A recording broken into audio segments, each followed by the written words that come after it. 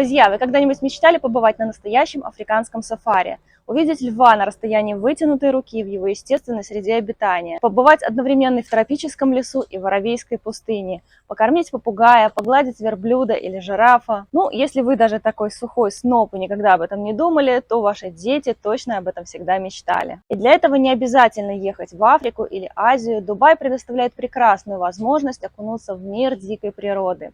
Дубайский сафари-парк – это специальный экозаповедник, огромный заповедный комплекс, который воссоздал экосистемы с различных географических регионов, воссоздан и микроклимат, и растения, и животные, которые там обитают. То есть животные здесь находятся в своей естественной среде обитания. Парк строился почти 4,5 года. Сюда перевезли животных из старого дубайского зоопарка, из тесных загонов. И парк открылся в 2018 году для посещения, но потом его закрыли, так как решили создать еще более благоприятные условия для животных и дать им немного времени адаптироваться. Ну и в 2020 году парк снова был открыт для посещения. И сегодня я, как главный любитель животных, приглашаю вас вместе со мной посетить это прекрасное место, огромную территорию в 120 гектаров, устроить себе приключенческий тур по дикой природе. Ну что ж, поехали! Ну что, идем на вход. Я покупала билет заранее онлайн на официальном сайте. Ссылочку я оставлю в описании к этому видео. Там есть 4 тарифа. Я брала практически максимальный тариф за 94 дирхама. Отличие в том, что начальные тарифы не включают сафари, а это, как говорят, самое интересное здесь, и не включают поездку на поезде, который курсирует по всей территории от одной деревни до другой деревни, чтобы не ходить по жаре, а ездить в комфортабельном автобусе с кондиционером. Иначе здесь на огромной территории под солнцем можно просто сжариться. Так что я бронировала и с поездом, и с сафари, соответственно.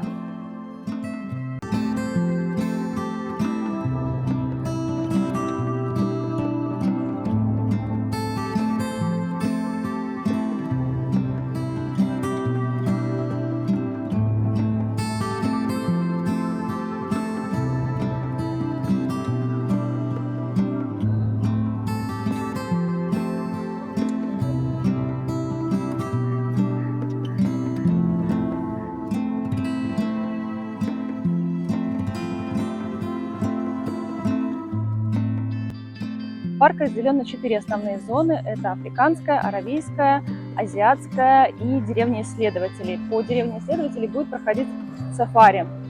Также есть зона с ресторанами, туалетами и зоны для пикников на свежем воздухе. И вот такой извилистый путь нам придется проделать. В каждой деревне какие виды животных обитают.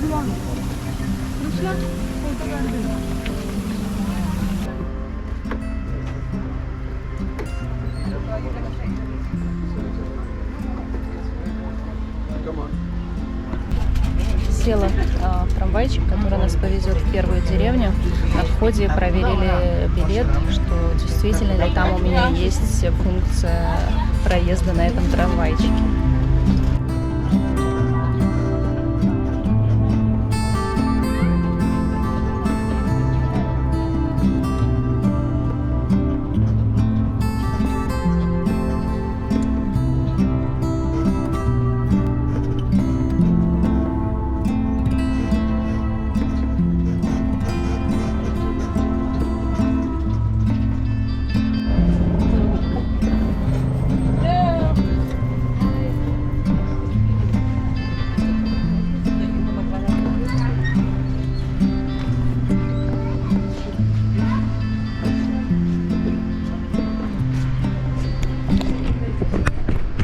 Так, первое место – это африканская деревня, куда нас привезли.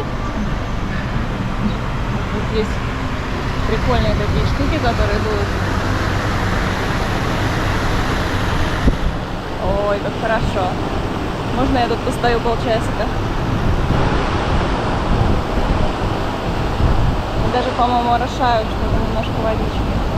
Здесь снова у нас карта, уже отдельно африканской деревни.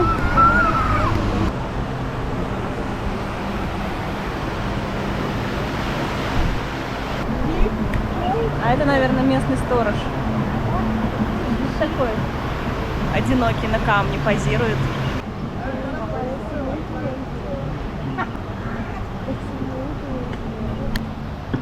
Ну и где же обещанные звери? Ау! Тишина.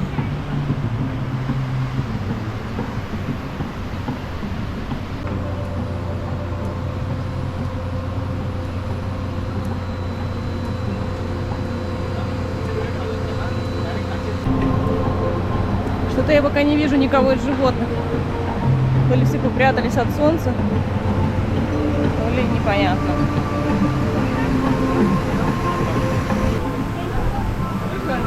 Так, он, мне кажется, на кого-то нашла уже. О, он лежит, огромная горилла забирает теньки.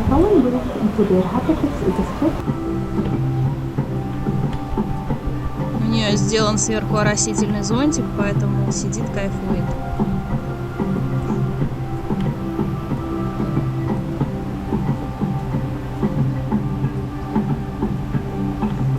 Далековато они, конечно, все находятся, тяжело рассмотреть. Ну, а там вот на дереве, например, сидит, чешется лемур, один хвост только торчит.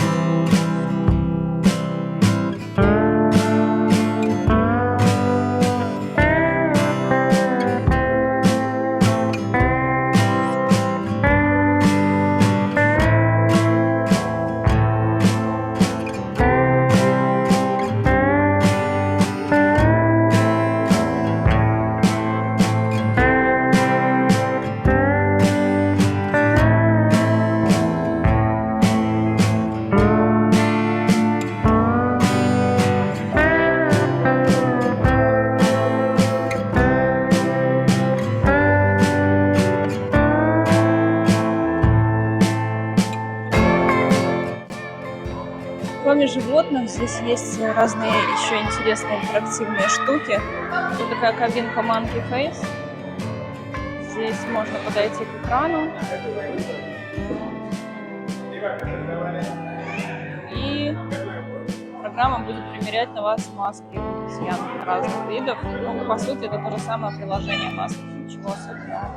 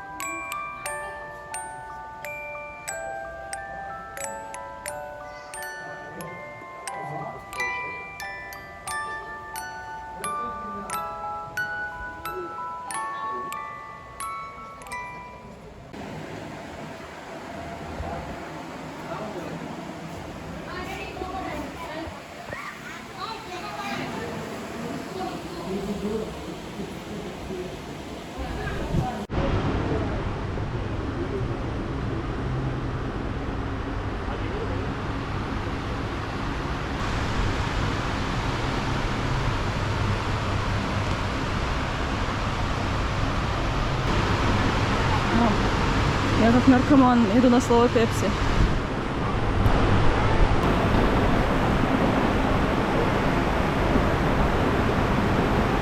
Теперь я проживу еще часик. Купила Пепси, тут она стоит 5 дирхам. Это $1,5. Кстати, дешевле, чем в Дубай-моле я покупала за 8.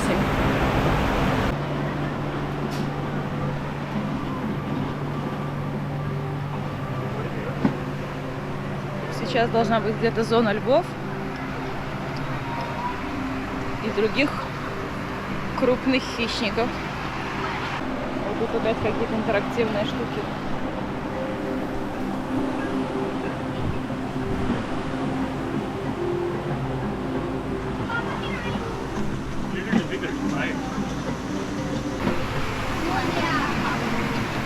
Обещали, что здесь будут гиены, но что-то куда-то они спрятались. Никого нет. Вообще, конечно, если бы не вот эти штуки, которые опрыскивают воду, то здесь можно было бы просто погибнуть. А так, когда идешь мимо них, хоть что-то немножко освежает. Африканский лев. Вот, кстати, прикольно, здесь везде такие таблички, что нельзя делать. Нельзя кормить, нельзя махать руками, нельзя ничего туда кидать.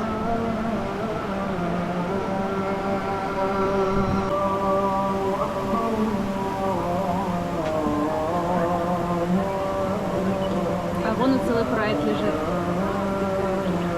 в теньке. У них тоже сделана вот такая зона с навесом. Под камнем такая пещера, в которой тоже все орошается холодной водичкой.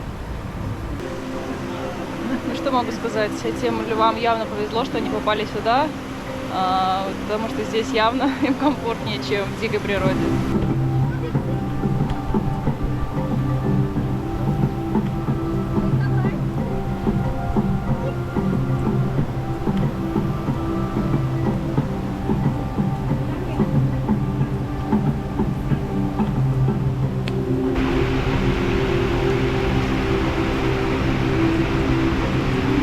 Бедный грызет сухую веточку. Наверное, мне кажется, ему вкусно.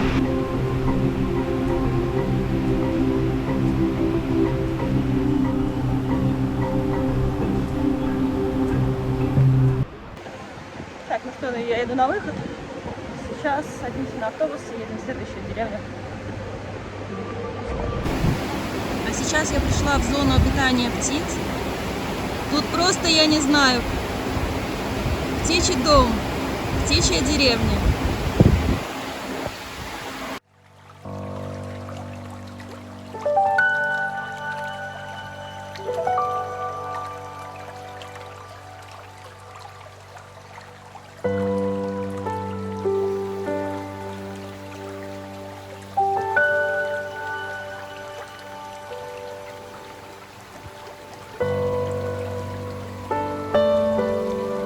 Пока что для меня это моя любимая зона в этом парке. Здесь щебечут птицы, несколько сделано вот таких вот домиков, кругом мостики, все это орошается водичкой, прохладно, свежо здесь. Текут какие-то ручьи, речки, гуляют птички по берегам, в общем, класс.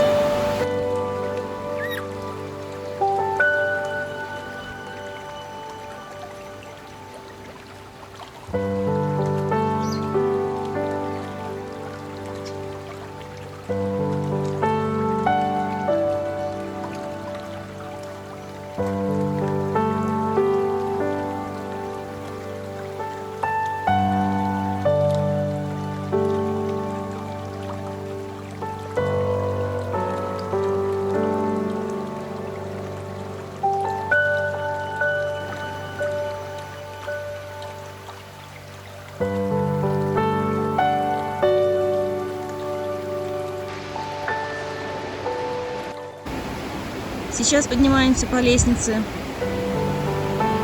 вокруг домика. Здесь можно на все посмотреть сверху. На самый верхний этаж.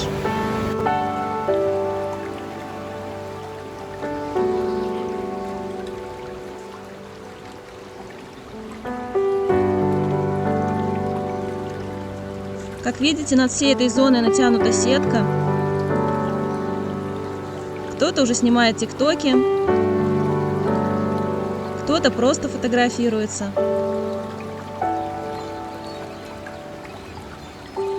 Но вообще сверху, конечно, очень жарко, и вся жизнь кипит снизу возле воды.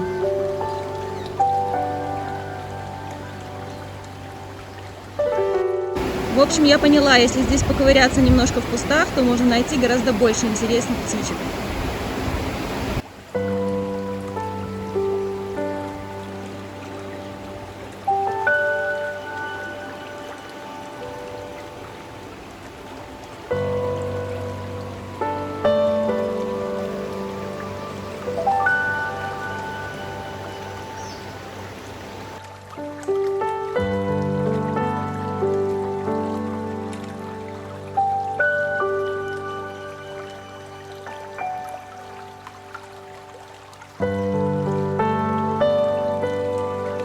Вторая банка пепси, только не пишите мне, правда, в комментариях, что это вредно. Я не могу пить обычную воду в жару. В общем, тут заблудиться очень легко. Я вообще не понимаю, куда я сейчас иду. Карту полностью я тут уже нигде не нашла, только какие-то кусочки, обрывки. В общем, сейчас двигаемся, скорее всего, в зону сафари на автобус.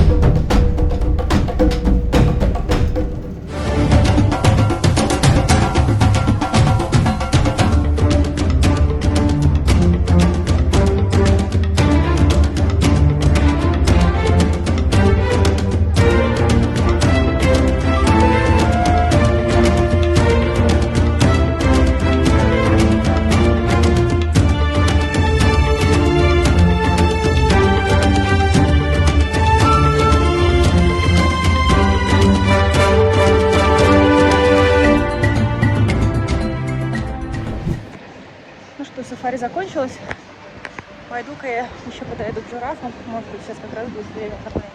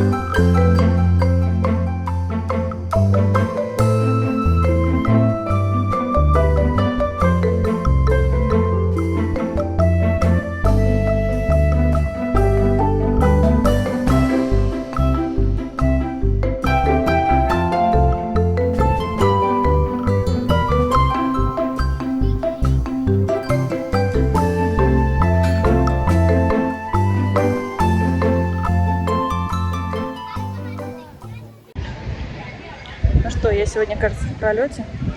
Сейчас будет кормление жирафов, а купить еду для жирафов в автомате можно только за наличные деньги, дирхамы или копейки. А у меня нету дирхамов, я их не сняла в банкомате.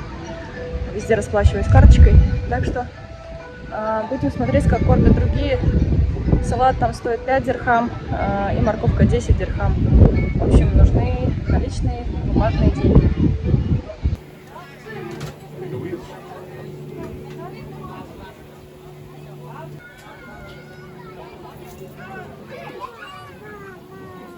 Ну и, конечно же, как и везде, сотрудники зоопарка барыжат салатом в обход кассы и автомата.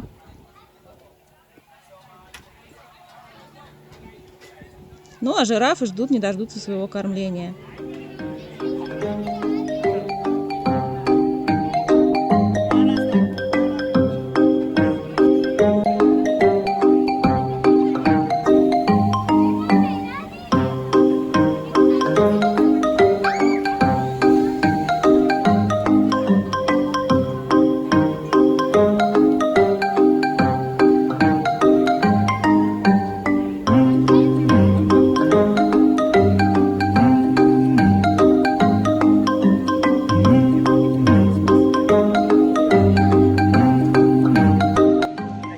Ну а я отважилась попробовать пойти погладить жирафа прямо в наглую, без еды.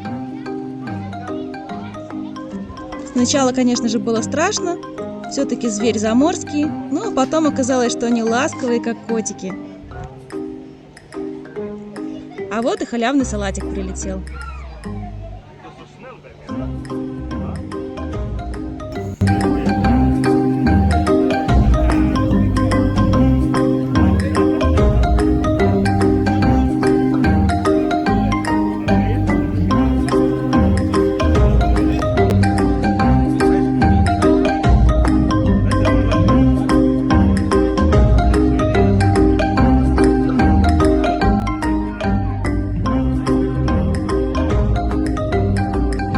Под конец мы с ним так сдружились, что сотрудники зоопарка не знали, как меня от него отлепить.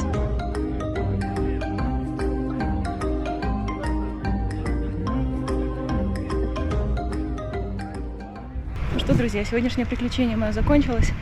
Я иду к машине. Конечно, всю территорию не удалось обойти, потому что на это надо очень много времени. И так уже прошло полдня. Там есть еще детская зона с контактным зоопарком, где можно покормить птиц, пони. Но я до нее не дошла, видимо, либо ее не заметила, потому что там такой сплошной лабиринт, что куда идет непонятно, куда какой автобус идет тоже непонятно. В общем, целый лабиринт, и можно заблудиться. Поэтому, в принципе, путешествие сафари на автобусе, оно охватило все зоны основные. Можно, конечно, было еще отдельно погулять по азиатской, аравийской деревне. Но я думаю, мне на сегодня хватит. И вам тоже. Обязательно советую это место к посещению. Особенно с детьми, которые будут просто визжать здесь от восторга. Так что ставьте пальчик вверх под видео. Задавайте свои вопросы в комментариях. Подписывайтесь на канал. Всем удачи, всем пока.